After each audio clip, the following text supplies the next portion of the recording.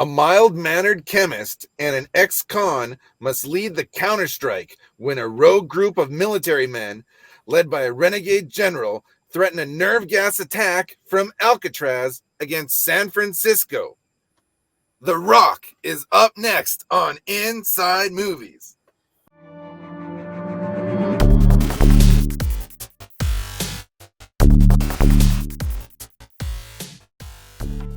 Hey guys, welcome to another episode of Inside Movies. This week we're talking about the 1996 film The Rock. I'm joined by Andrew Buckley, novelist, writer, editor-in-chief of Merc Magazine, Murphey, and writer-illustrator GMB CHOMICHUK. And my name is George Michail. Thanks for joining us. Let's get into it. What's the good? What do we like about this movie? I have to say right at the top, just off that description, mild-mannered will never, ever describe a single thing that Nicolas Cage has done in his entire career. Oh my gosh. I appreciated the balance of his delivery because sometimes he goes a little bit too over the top, like all the time. And, you know, sometimes that's great, but sometimes it just depends on the chronology, right? Any recent movie, he's way over. He was just on that watershed where he wasn't quite sure yet, right? Yeah, he pulls it back sometimes and then goes for it other times. He was even. This was the first time I'd seen this movie, and so right in the beginning, the first time you see him, you know, he's with his girlfriend.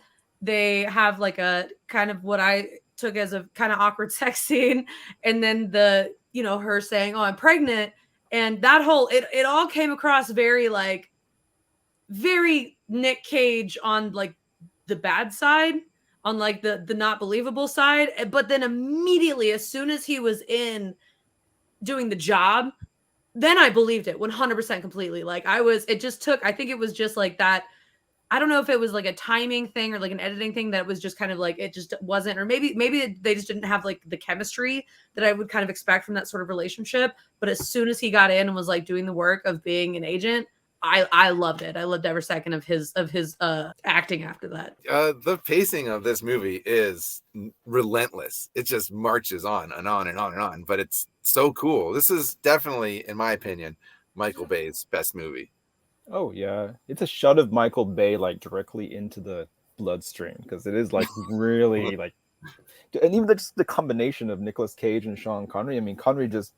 Even when he's in a shit movie, he chooses the crap out of the scenery. So to put Nicolas Cage in, who is, generally batshit crazy, like what a crazy, awesome pairing to have. Yeah, it was so good. And I love the idea of, we know Sean Connery as James Bond. You know, he's famous for lots of other stuff, but when you see him in that role, you immediately think of him as James Bond. And they allude to the fact that he's essentially James Bond in prison.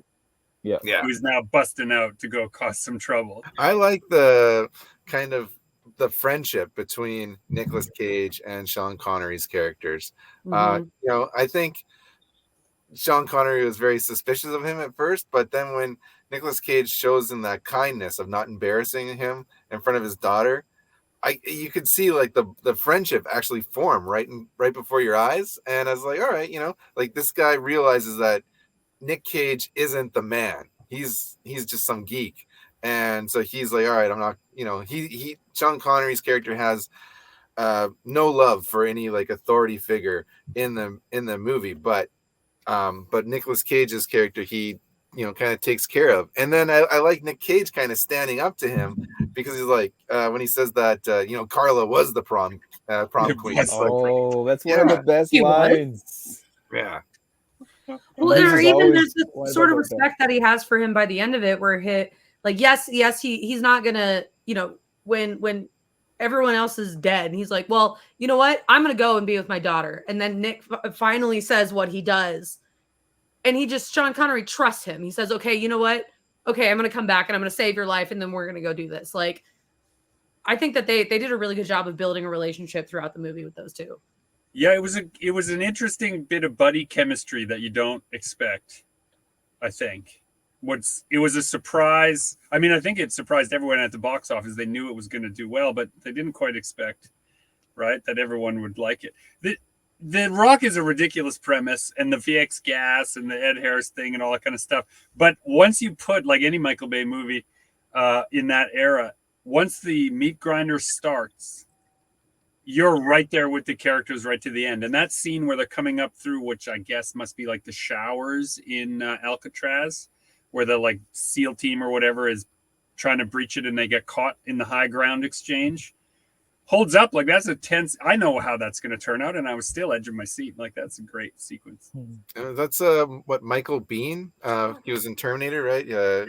Kyle Reese, right? Yeah. He's great in this. Like, I had kind of forgot that he was in it, and it's a good cast. Like, Ed Harris is amazing as the main villain, but then you also have like Tony Todd, just like Tony Todd is amazing in it.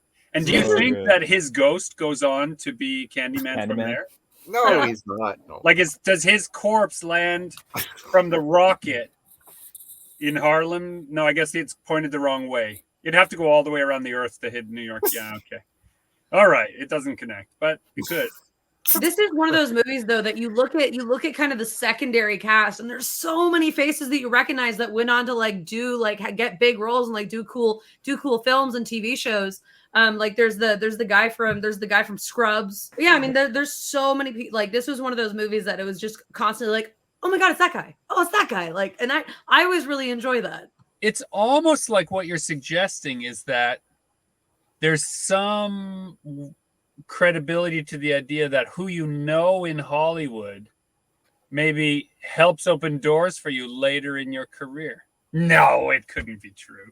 So how early is this in Michael Bay's career? It wasn't an early one.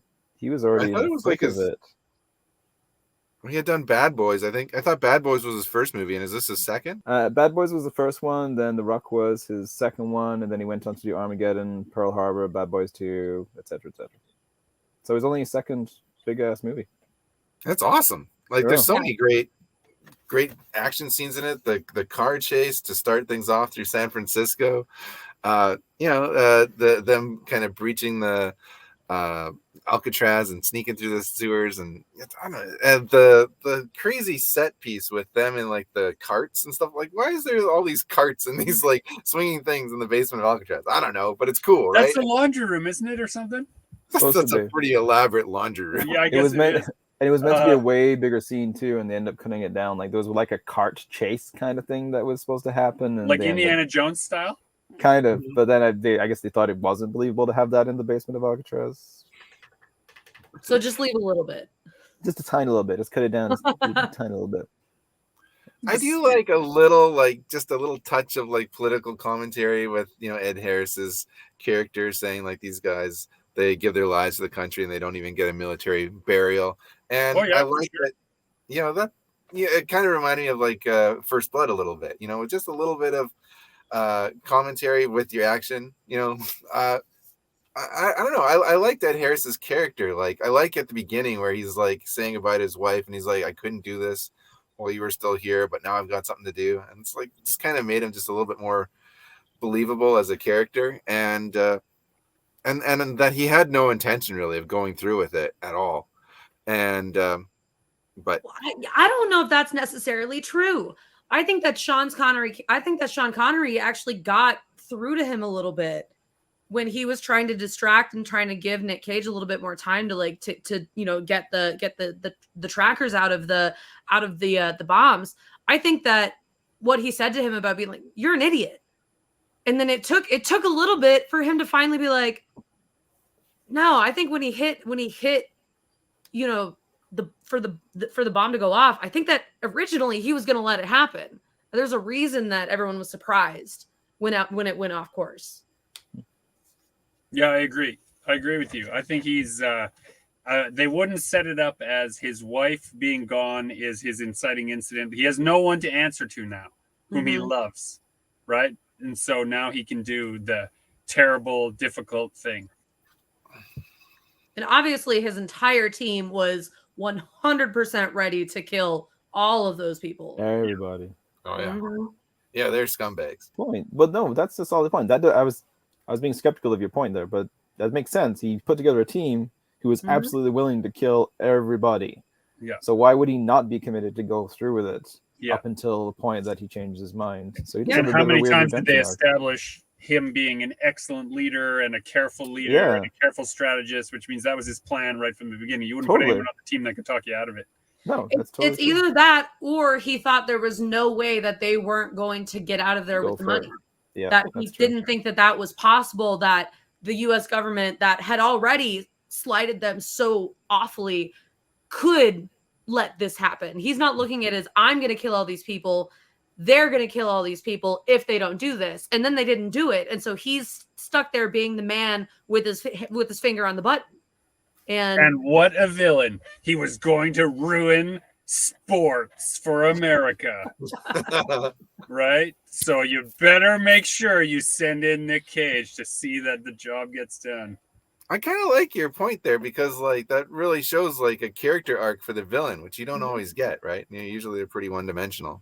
I So much thought more this movie did a really good job of, yes, we had the really great storyline of Nic Cage and Sean Connery getting to know each other, but we also have this villain that honestly has a really legitimate reason for doing what he's doing, even if it's really fucked up way to go about it.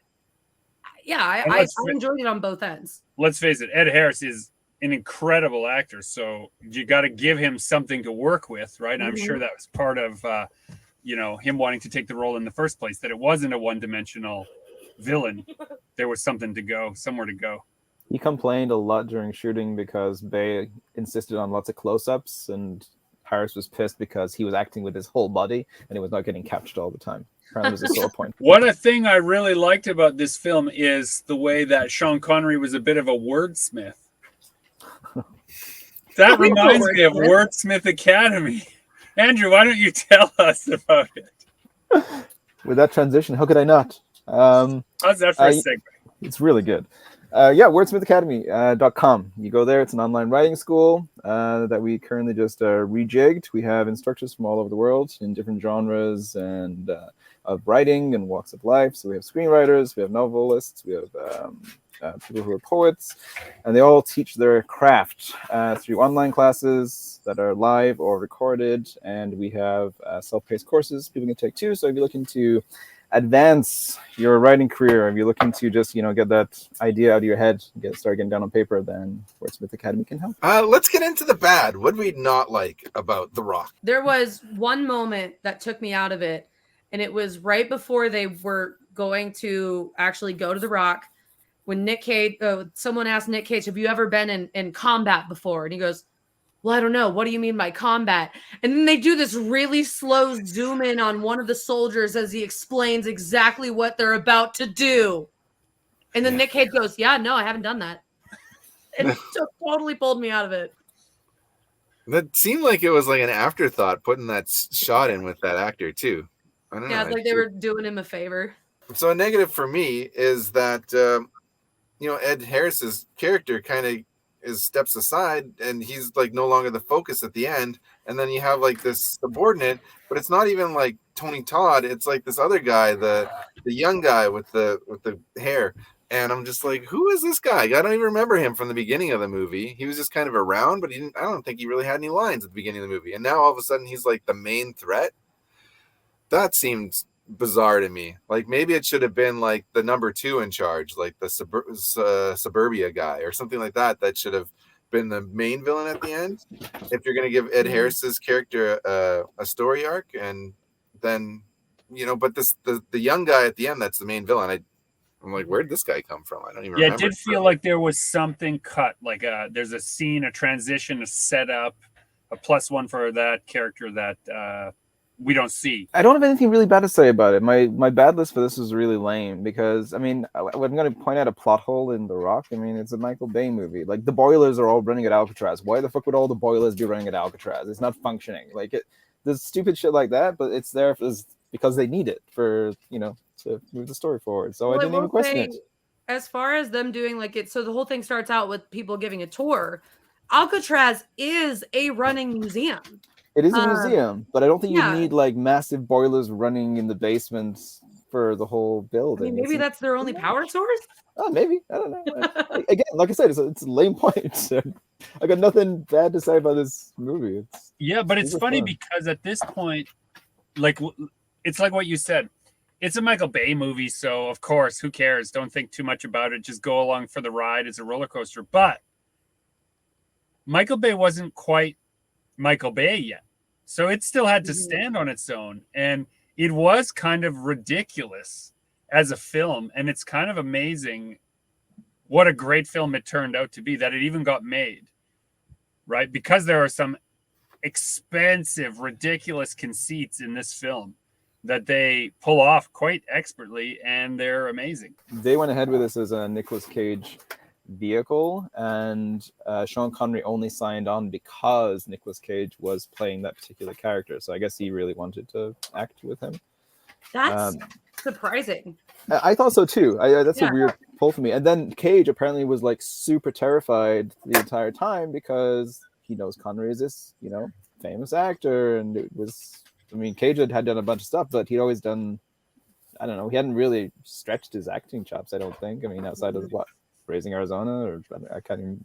I don't know. He stretched his acting chops all kinds of places, but but he plays Nicolas Cage. Where you don't get to hide in that you're making an independent or a strange or an art house or a peculiar movie. This is supposed to be mainstream, so people got to like you as the leading man. I think that would put a lot of pressure on you. This is the start of Nicolas Cage, the action hero. Like, I think so. This, he transition. After this, then you get the Face Off and the Con Air and these things. When is Con Air? Con Air. That's later. That's later. Yeah. He got jacked for that. And this one, he's pretty skinny, but in Con Air, he's huge.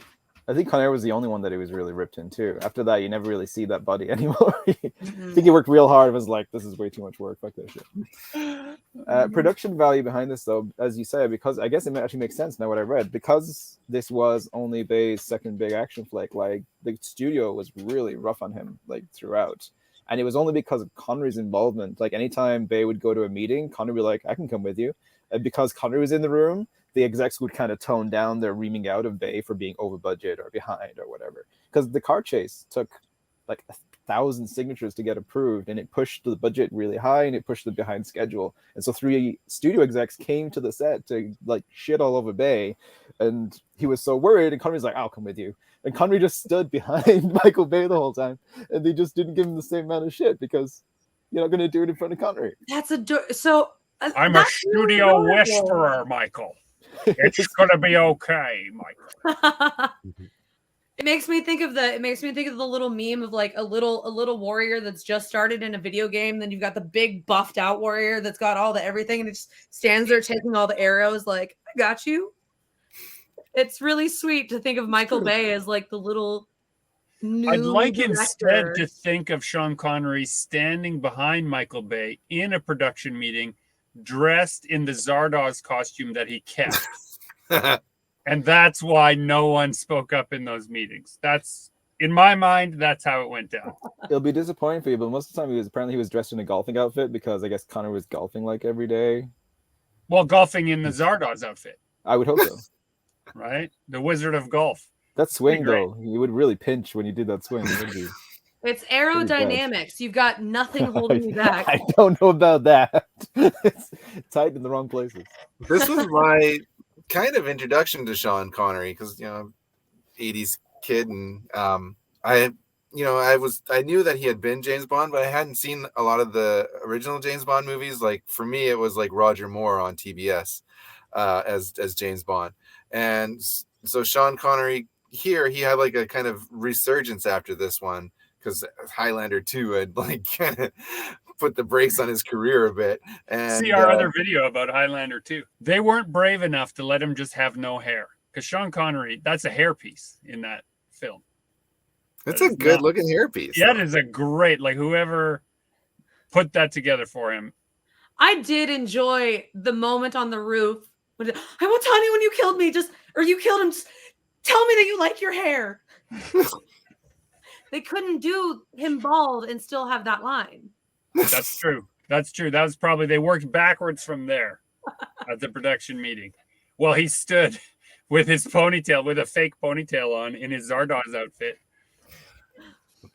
Right. I have, so really my only bad in this film is it's the relationship between Cage and his girlfriend. I just don't believe it. I don't believe that the government would let her come sit in on this like very high security like mission, and just that part. I think that unless you imagine they were going to kill her right after. There's yeah, no like way they were holding her hostage to make sure that he came back, but. Yeah. I think that they really just wanted to kind of give you something extra to like feel for his character. He seemed so unexcited about the news of a baby pretty much the whole time that it kind of just was like, should we care? Let's give our final grades. We call this part the skinny. What did we think of The Rock? I'll give it 100 feet out of 150 feet of clothesline. That's what he jumps out of the building with, right? What is that? That's like a laundry line. How does he do that? When he throws the guy over, whatever that rope is, it's a long one, and that's what I give this movie. It's a great action movie. Michael Bay at the height of his powers, and I think with some of the restrictions placed on him by the studio, we got a better movie than came later in his filmography. I say politically. Smoothing it out. Not well. Very smooth. I give it 5 naked Nicolas Cages in a chair with a guitar out of 5. Ooh. That's a lot of Nic Cage. Is that a standard? Maybe we should rate all of our movies now with naked guitar Nic Cages. That'd be great. Or just naked different versions of Nic Cage. In Depending different on movies. the genre. This movie worked before we even talked about it, but now you like gave Ed Harris's character an actual arc. Now I'm like, oh, it really does work as a movie. Yeah, it's a solid. You improved it for me, Murphy. Thank you. You're welcome, The Rock. I'm gonna give this 4. How many bombs were there? 5. I'm gonna give this 4 out of 5 poison There's bombs. 15. Sorry, there's 15 bombs. Oh, that's much better. 13 out of 15 DX gas. poison For bombs. some reason, I remember that too. 13 out of 15 bombs. Yes. Nice. Wait, because VX equals 15. Fuck. Yeah. Some movie. I realize what they're doing there. Okay. I think it was 14. No, No, VX is VIX is 14. Oh, yeah. I thought Okay. XV was 15. Yeah, okay. All right. Oh, Let it slide. yeah, I'll let you yeah, slide, Michael. Right, it's reversed. Just one time. I'm gonna go high on this one. I've watched it multiple times and I like it. I think it's pretty clever, and I'm gonna give it an A-. It's a cool action movie, and it's got a little political commentary in it. It's got some great action scenes. Sean Connery's still great, chewing the scenery, and Nic Cage is kind of dialed up, but not to 11. He's dialed up to 10, which is actually kind of perfect. So for me, A-. It's a good one for sure. All right, that's going to do it for another episode of Inside Movies. I've been George Michail, joined by novelist Andrew Buckley, writer Murphey, writer-illustrator GMB CHOMICHUK. I've linked our Facebooks, our Instagrams, our Twitters, all our social media in the description of this video, and Wordsmith Academy. Check it out. Start your writing career today. Go check out that excellent website. Until next time, peace.